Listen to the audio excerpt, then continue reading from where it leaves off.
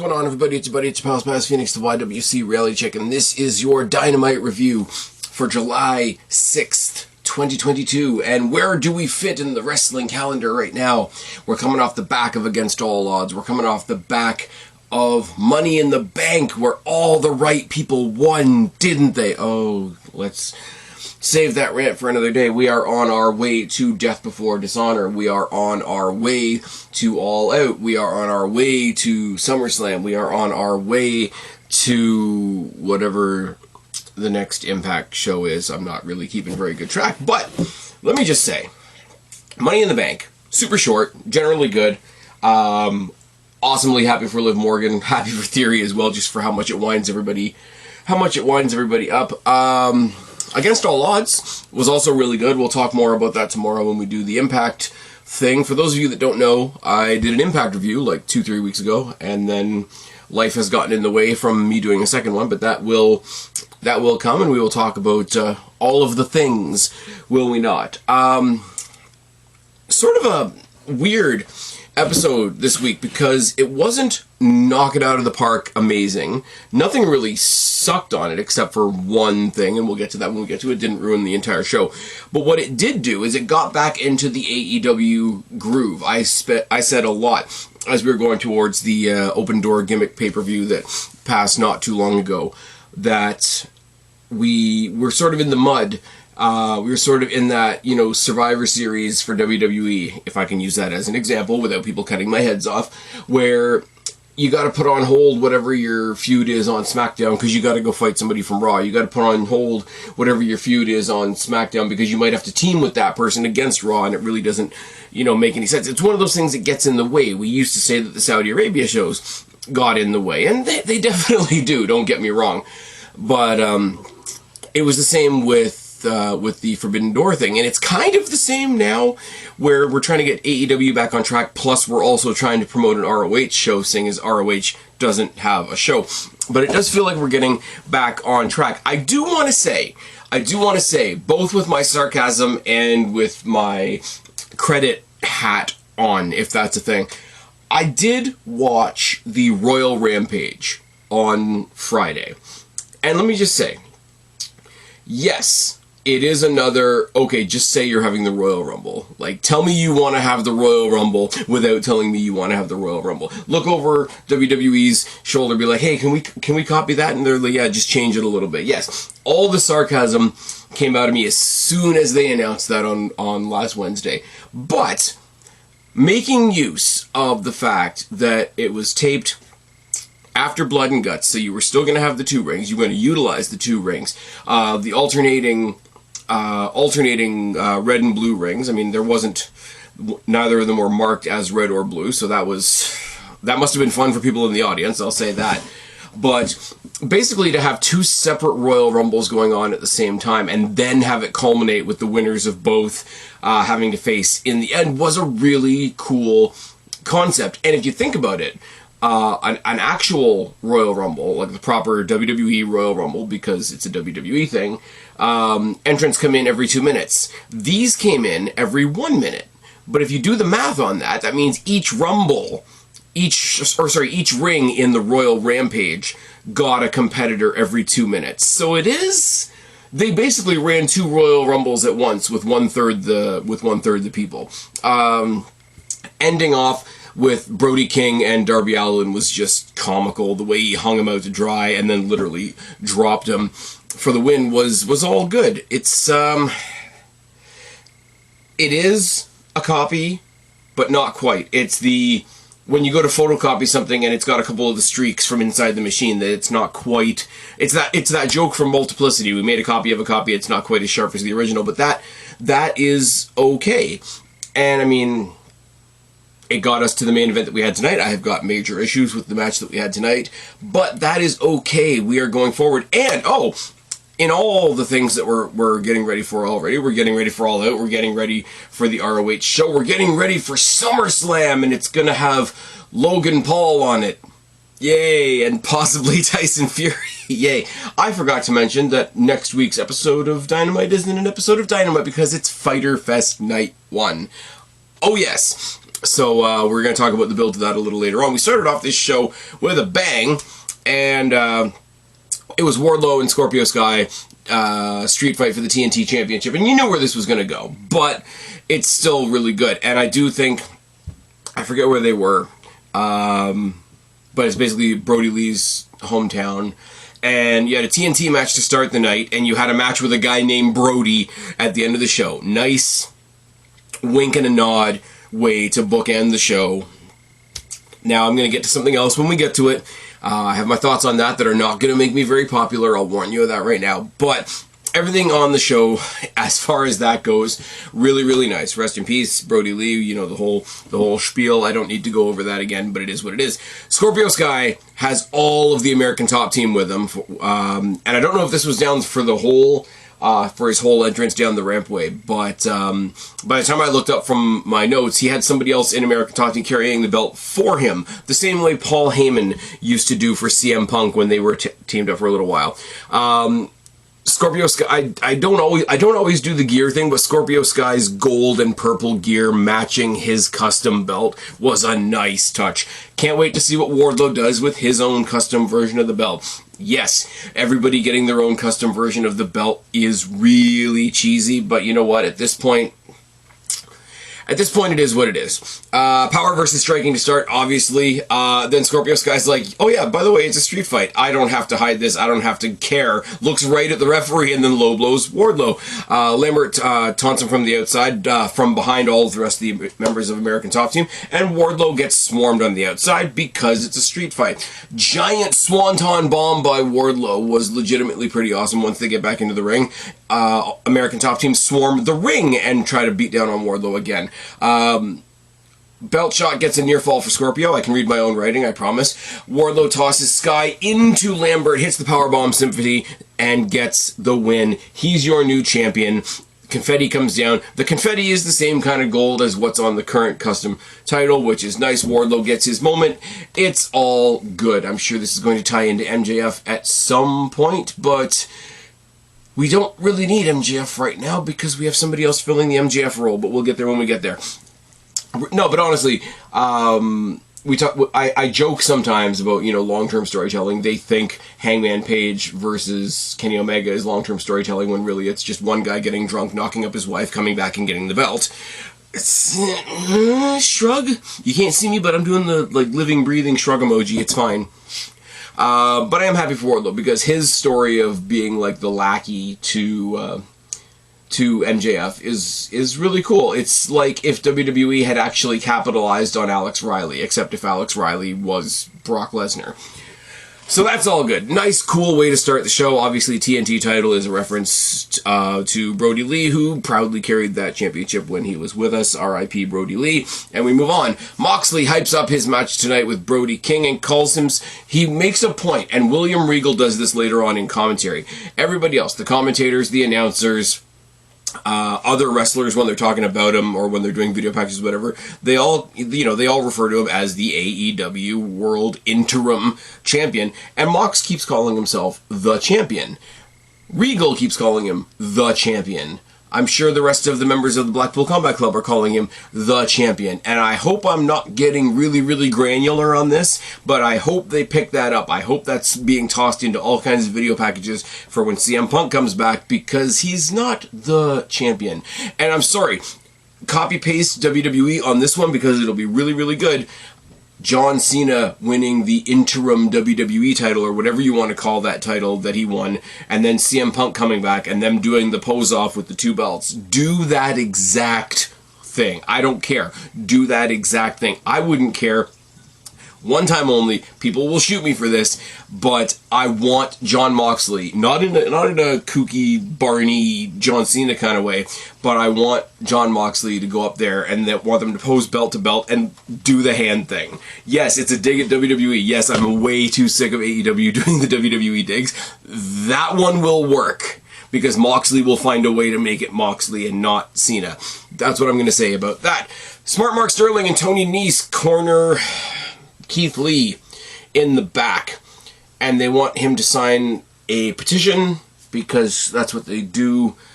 That's what we do in 2022. We just try to cancel people. Now we're trying to cancel somebody on the show.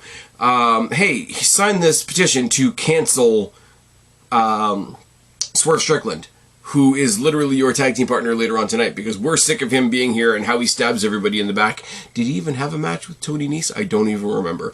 And Keith Lee's like, yeah, well, I have a match with him later on against Butcher and Blade, and we're still winning, unlike you. And then he fucks off, which is great. You know what else is great? Our interim MJF, Christian Cage, coming out with Luchasaurus. He says, after Blood and Guts, I'm the Cage that people are talking about. I like that. That popped me a whole lot. You want answers from me? You want answers from Luchasaurus? You don't get answers from me and Luchasaurus. All you people. It's one of those promos. Matt Hardy, of all people, comes out. And I'm sorry, I like the Hardy Boys. Hope that Jeff Hardy's doing good with all his personal issues and whatever. That's all I'm going to say about that. But I don't care about a match with Matt Hardy in it. I don't care about Matt Hardy versus Christian at this point in their respective careers, and I don't even care about Matt Hardy versus Luchasaurus. But it's fine. He calls him the Michael Jordan of being an asshole, and then he speaks up for Jungle Boy, and then Christian goes on this big, long rant about how, you know, it's really funny that you're out here pretending to be friends with Jungle Boy. I'm friends with Jungle Boy. And he says, you sound so delusional. You're making Jeff sound like he's the one that's sober. Ooh.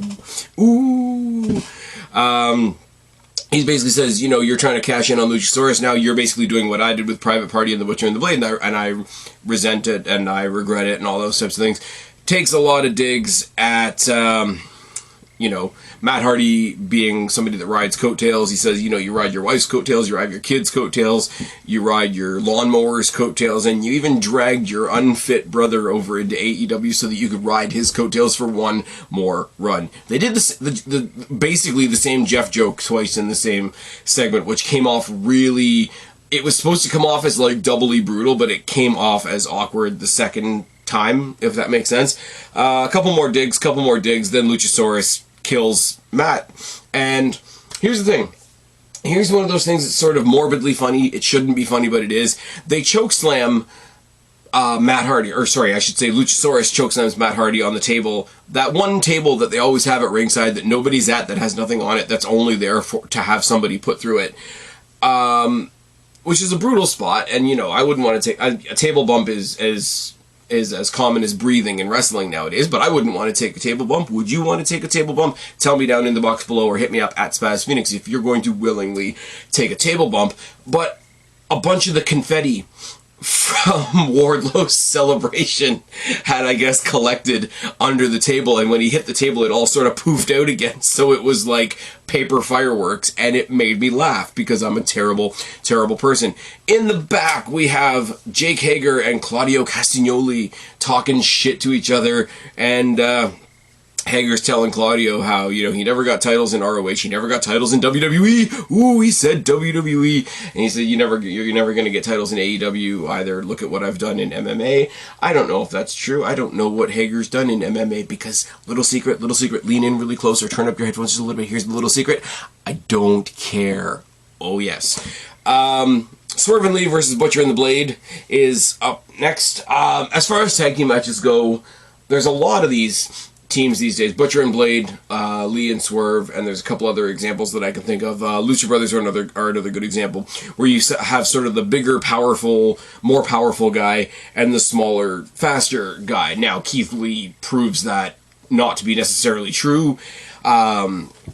But as a matchup, it's an interesting thing to do. You get the big guys versus the big guys, you get the little guys versus the little guys, and then you get two sets of the little guy versus the big guy. It's all good. Blade is dumb enough to start off the match by slapping Keith Lee, who headbutts him to the ground.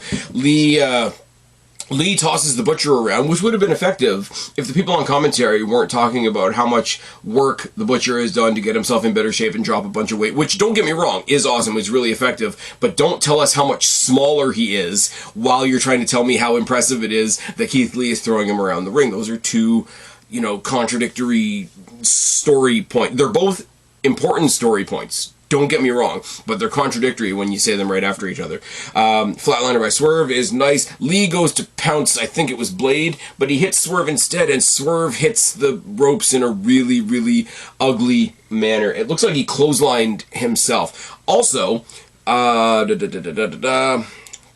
Swerve goes to leapfrog the blade at one point and doesn't quite get it, so it looks like he sort of, I want to say he kneed him in the head, but it wasn't. It was lower on the leg. He like shinned him in the head, and they tried to play it off on commentary like it was intentional, like it was almost a stomp. I'm pretty sure he just shinned him in the head.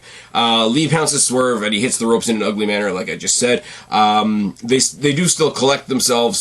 Swerve is about to get knocked off the turnbuckle at one point, but Keith Lee reaches outside the ring and pulls his partner back up to form. Double stamp powerbomb combination. Swerve and Lee still get the win. We have the planted idea from a couple weeks ago. We have the planted idea from back at the Battle Royal. We have the planted idea from Smart Mark Sterling earlier on in the night, and we have the planted idea of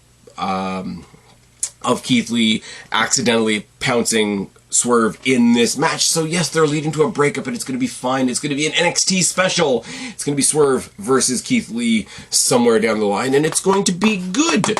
I don't know where it's going to be. I don't know what it's going to be for, but that's fine. Now, Hobbs and Starks come out on the rampway talking crazy. I'm not really sure how they talk themselves around to this, but they basically talk themselves back around to them being sick of Lee and Swerve and all their crap, but all Lee and Swerve did was beat a team that wasn't them, and it had nothing to do with them.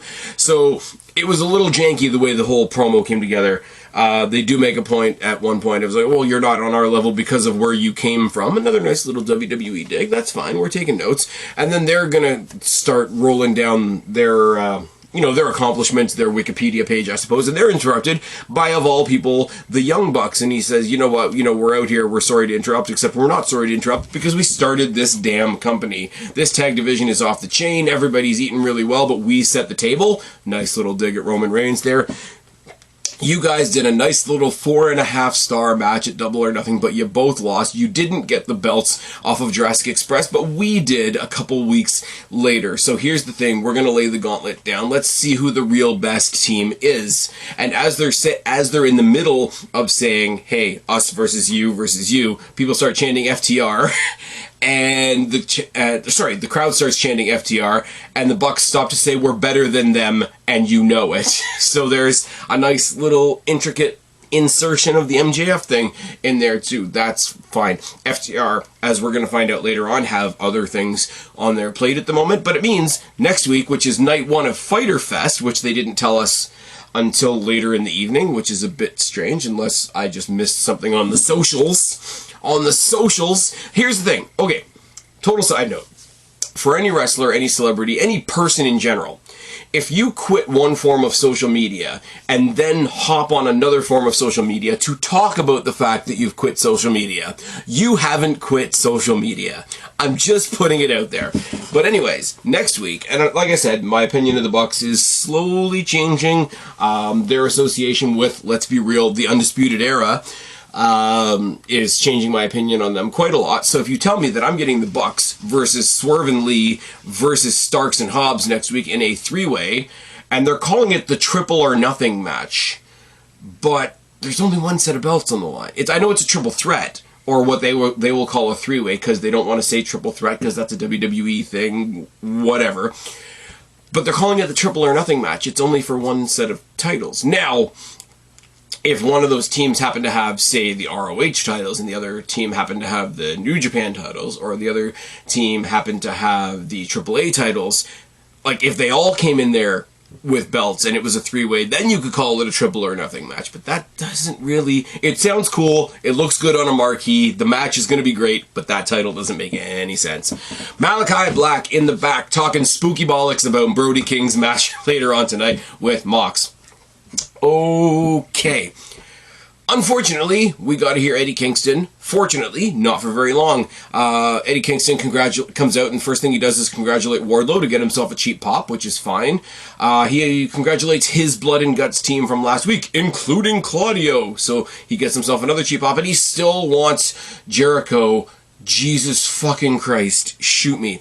Jericho gets his attention on the Tron, and somebody has to tell me. Okay, you guys know I love Ruby Soho. I'm making gestures at nothing because I'm still used to doing this in video form, not in podcast form, so you'll have to excuse me. So if you hear my hands doing a bunch of that, that's fine. Has there ever been a connection on TV, I'm not talking about on Dark or Dark Elevation, because a wrestling company shouldn't give you homework. On pay-per-view, on Rampage, on Dynamite, in AEW canon, is there any connection at all between Eddie Kingston and Ruby Soho? No. No, there isn't. Or if there is, it's so slim, it's a straw that they're grasping at. But Tay Conte slams Ruby Soho's arm in a door, and that pisses off Eddie Kingston, and that's the end of the segment. Now, here's the thing. Here's the thing, and here is the thing. We're getting a little bit of a good thing and a lot of a bad thing, because this is one more, I guess, I heard another one of your friends, and that's going to build up to our next match. So we have a little thing with Tay Conte and Ruby Soho to get us to another Jericho Kingston match. I give 100% more of a fuck about Tay Conte versus Ruby Soho than I do about Eddie Kingston versus Jericho again. Mostly because it's got Eddie Kingston in it, the over-dramatized cartoon bobblehead.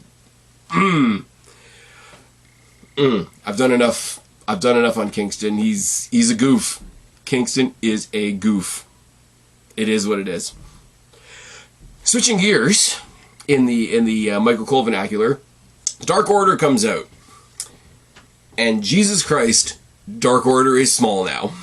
Dark Order is Evil Ono, 10, Silver and Reynolds, -1, and Anna Jay.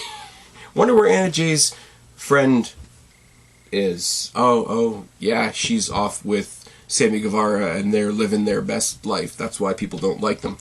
But they have an announcement to make, and they make this big thing like they're about to break up, finally, and nothing's here, and Dark Order's here to stay, and da-da-da-da. QT Marshall interrupts them, calls -1 a charity case, and he challenges -1, who's like 10 or 11 years old, to a one-on-one match. Hangman Page comes out because he's unofficially like a friend of the Dark Order, and they all beat up QT Marshall. Yay. Now, there's no way I say this without sounding like an asshole. There really isn't. I get where they were tonight. I get starting the show with the TNT Championship. I even get like highlighting the TNT Championship while it's got a little bit of purple on there. I get having a guy named Brody in the main event, in the title picture. That's fine, specifically with the title being on MOX, because that all ties together. I get having -1 there as part of the Dark Order. It's getting a bit exploitive at this point. I get paying tribute to Brody Lee. I do. I love it. They're the family company. They're the good feeling company. Amanda Huber has nothing but nice things to say about them, and I can't speak to that. I won't speak for her. I definitely won't speak for her kid. But I will say, as a viewer, this is wearing a bit thin. It's still good. It's done with the best of intentions, I'm sure. But it's getting a bit much. And then they give -1 a microphone at the end, and he says, QT Marshall, I could pin you right now, but I'm going to wait till I'm 19. So the whole point of this promo was that in 10 years or so, -1's going to have a contract with AEW, I guess. I don't know.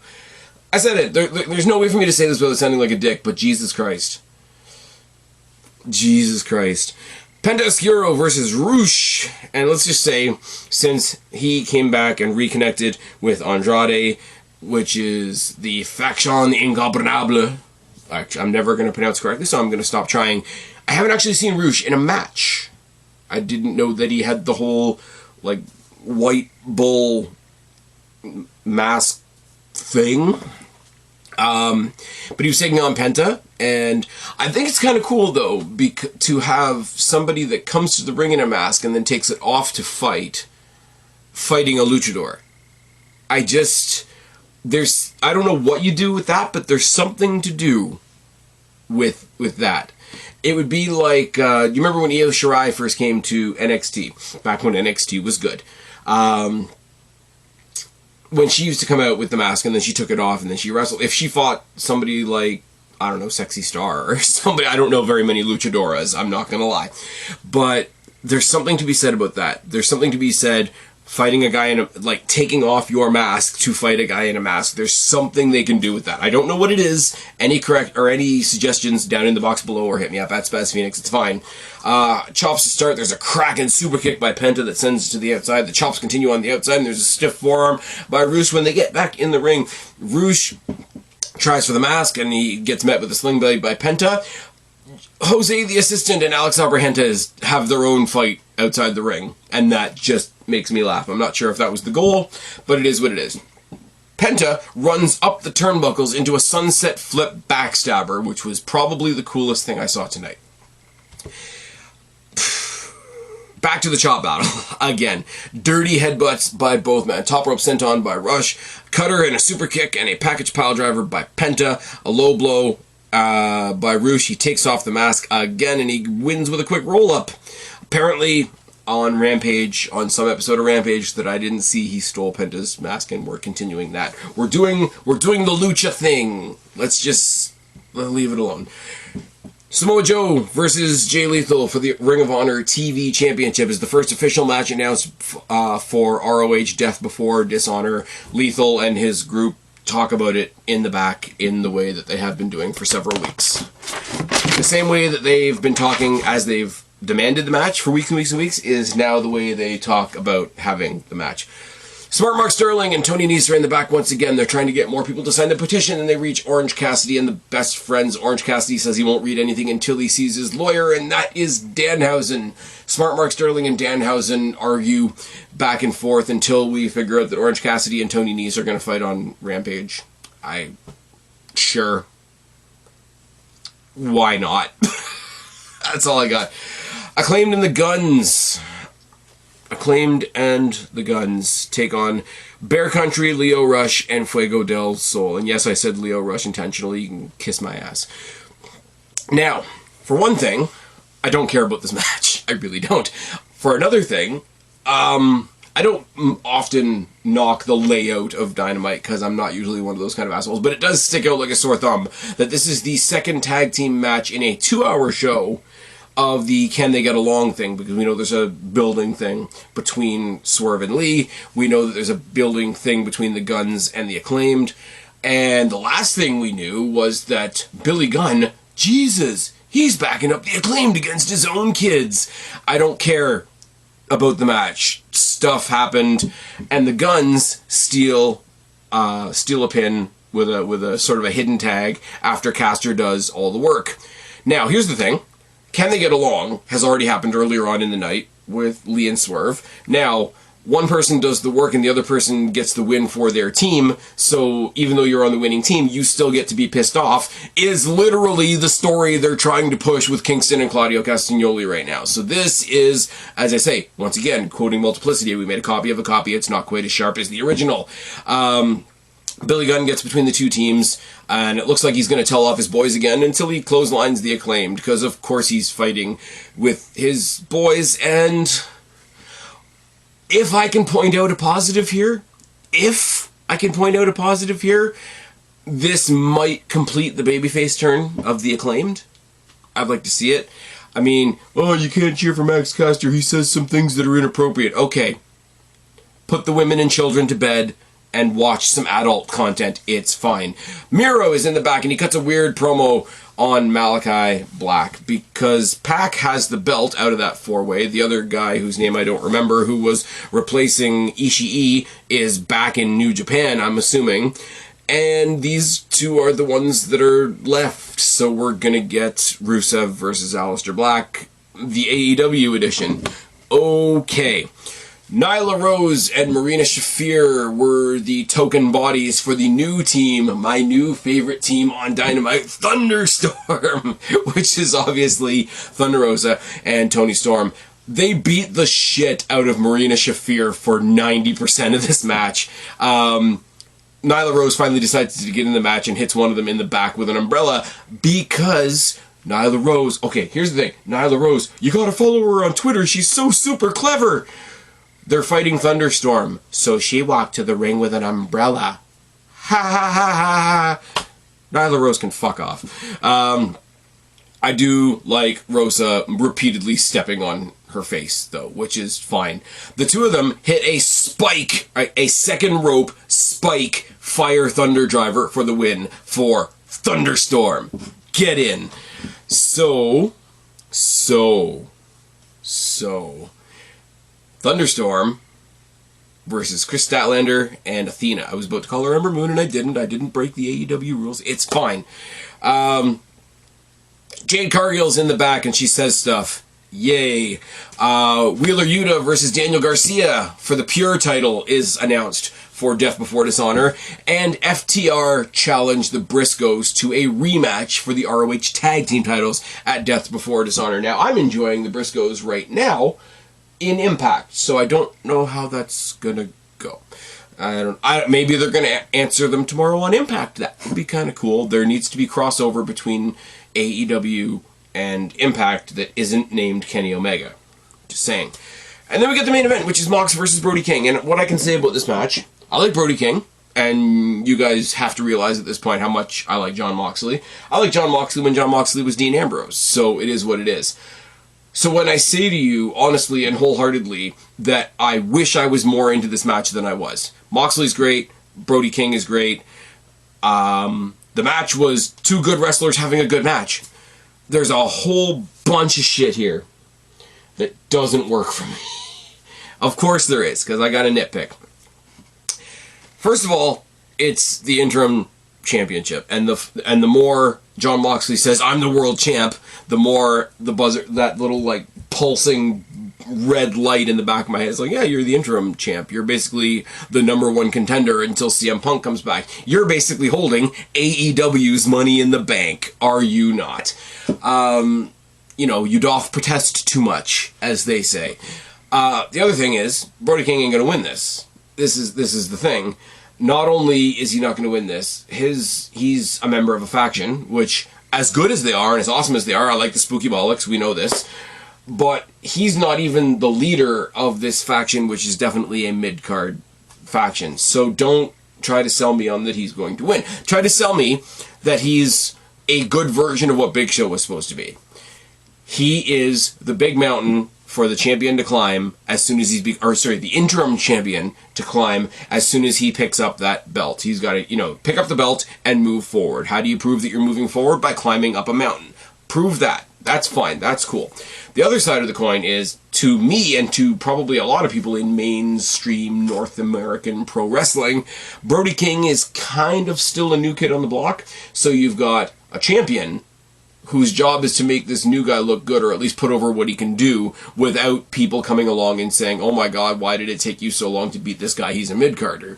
So there's a lot of conflicting things here that cover up the fact that these are just two guys doing a good match. And yes, there was some hard-hitting stuff, because look at who it is. It's fucking Moxley, and it's Brody King. Moxley in his promo earlier on in the night compared Blood and Guts to a golf outing, which is a very odd way to phrase that, but also he went into Blood and Guts off the back of his match with Tanahashi at the pay-per-view. Those were within, I think, 5 days of each other. So he had a world title match, he had an hour-long bloody cage match, and walks into today like nothing's happened. Now, I know he has to, because he's going to win, but it didn't jive. A whole bunch of the stuff didn't jive. I don't want to, and this is like I said with the Dark Order thing earlier, I don't want to take anything away from this. The match was good. The match was a lot of fun. Like the show, I started off the whole show talking about how nothing blew me out of the water, really, but the show was really fun. This match is the cataclysm of that. This match didn't blow me out of the water, but it was a lot of fun. Everybody did what they were supposed to do. Moxley made Brody look really good. Brody was a good mountain for Moxley to climb. It didn't feel like a title match, because first of all, it's not the real title. Second of all, the result was never in any doubt. And third of all, the result not being in any doubt was a retention. Now, when we started off the night, the result of that was no longer in any doubt either. But that was a title change. And regardless of how predictable it was, a title change is always exciting. But if you just go in here and say, well, Moxley retained his title because of course he did, well, it's like the Usos retained their titles because of course they did. It's like Bianca Belair, God help me, retained her title because of course she did. I don't know, I'm ending this on a down note because it was a good match. It's just, I asked myself when I started talking about the match, now that I've rambled on for quite a while, why am I not as into this? And I'm not as into this because I'm not into it. Everything is going to be cool. Everything is going to be fine. And also, the other thing about it is you're not going to have Brody King, who's in a mid-card faction, who's not even the leader of that mid-card faction, being the guy waiting, tapping his toe for CM Punk to return. You're just not. I'm sorry. I'm not being disrespectful here, but you're just not. The match was good. Paradigm Shift and a choke out for the win. The choke out was kind of ironic and kind of poetic when you consider how Brody King sort of ragdolled Darby Allin to get this match, so I liked that part of it. I don't know. I do like the fact that the rest of the House of Black wasn't out there, and it was an actual one-on-one match. Two guys just, what's the Big E line? Two big men slapping meat. That's all good. The match was good. The match was fine. The match didn't surprise me. The match didn't set my world on fire. I don't know. And we're doing an interim AEW title match after a whole bunch of segments that built to a pay-per-view that's not exactly an AEW pay-per-view. So, I don't know. The show kind of fell apart at the end. It was still fun. It was still great. Tell me what you guys are looking for. Oh, by the way, I should say, I haven't watched NXT 2.0 in about 2 months, as you guys know. As you can tell by how little I've talked about it. I did catch the show last night. There was some good shit on there, and I will say this. What they have successfully done by ruining NXT is, remember when AEW first came along and the Wednesday Night War was first a thing, and everybody was like, oh my god, this person, that person, oh my god, this person, that person, they'd be so much better in AEW, why are they in NXT, they should be better in AEW. I don't know. I didn't agree back then, because back then you had punk rock, work rate, black and gold, Triple H, NXT, where it wasn't true. Congratulations. NXT 2.0, WWE, you fucked up NXT so badly that I look at practically that whole NXT roster and just copy-paste, just bring them to AEW. It's fine. That's all I got. I should have more to say, because I actually did give it a shot. I actually did have some fun with some of the stuff. Roxy and Jade Cargill, or not Jade Cargill, Cora Jade, who's actually good, not Jade Cargill, fuck. Becoming the women's tag titles was pretty cool. The rest of it was fine. Cameron Grimes playing heel for a night was terrible. I don't know why I'm rambling about the NXT thing now, but that was meh. I would love to see everybody on that show be on a better show. And that's why we're here talking about AEW/ROH and tomorrow talking about Impact. Tune in tomorrow when I talk about Impact, and hopefully don't ramble so much. It's really fucking tired in here. I've been Spaz, your YWC Reality Check. Subscribe up there, talk down there, start a conversation, keep all these conversations going. Don't be a stranger. I will talk to each and every last one of you later, but for right now, you guys know the drill. I'm tagging out. Bye.